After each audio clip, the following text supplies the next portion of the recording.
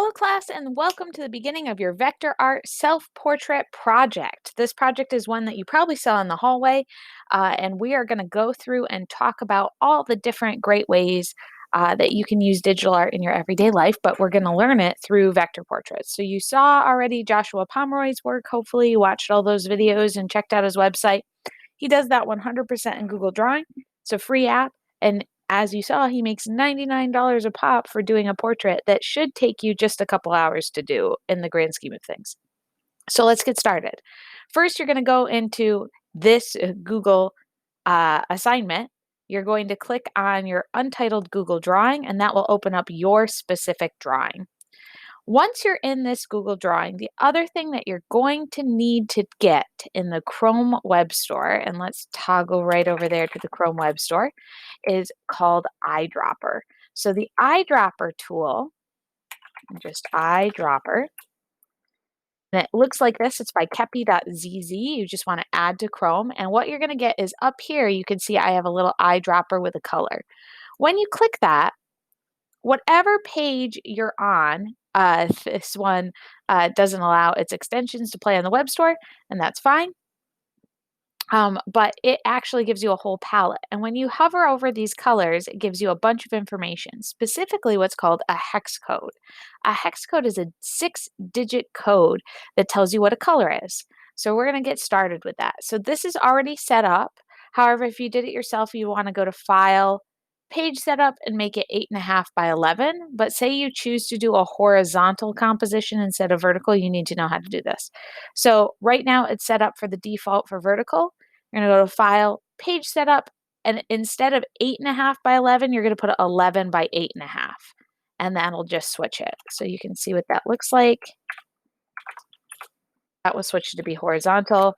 Control Z, it goes back to the way it was before. Now that we're in here, we need our source image, the photograph that we're going to be going over.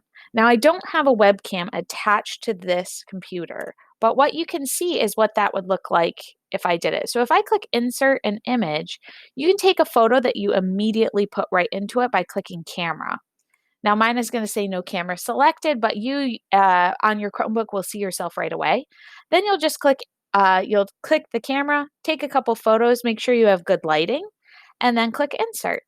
However, I've already taken a photo, so I'm going to click Insert Image. I'm going to go for my drive, and I'm going to choose an image that I already had recently.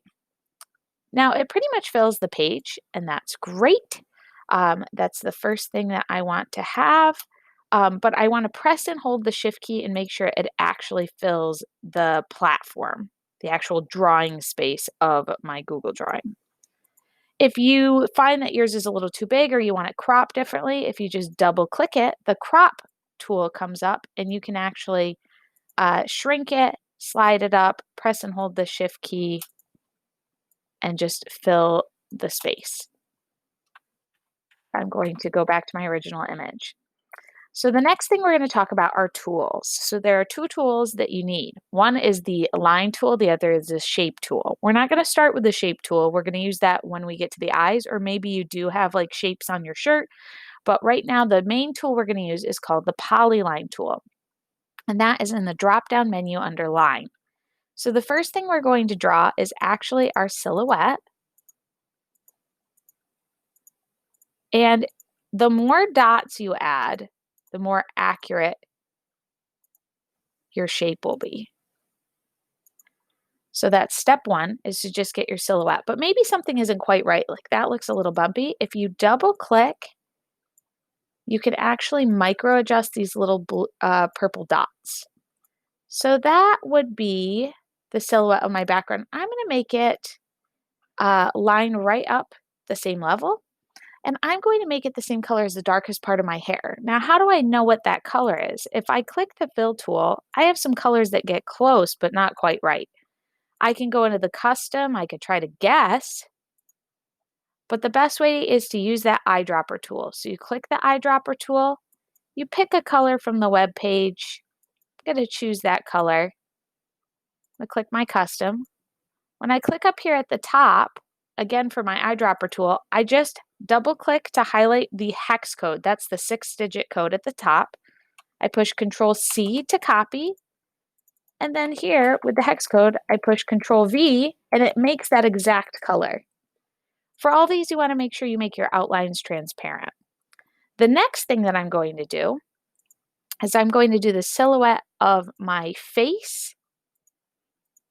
And the more dots you put in, the better it'll look. And I'm not just doing my face, I'm doing all of the skin tones.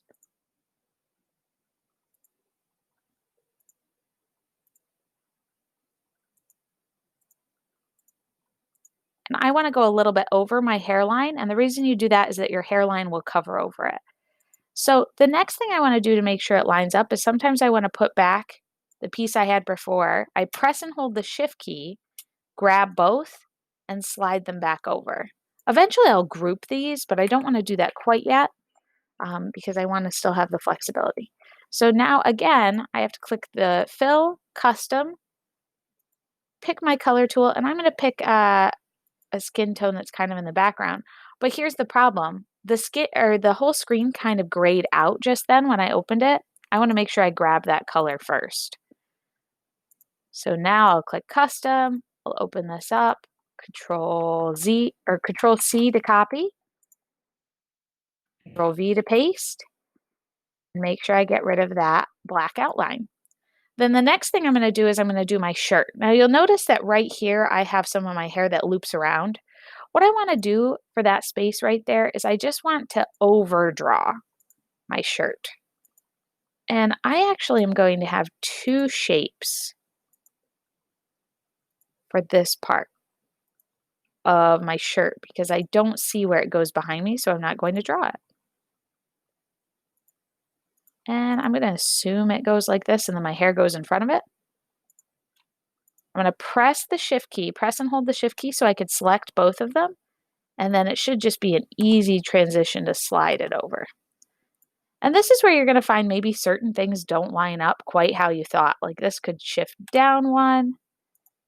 That's looking pretty good, but it's a little crooked, so I can double click and micro adjust my lines so that they go right to the edge.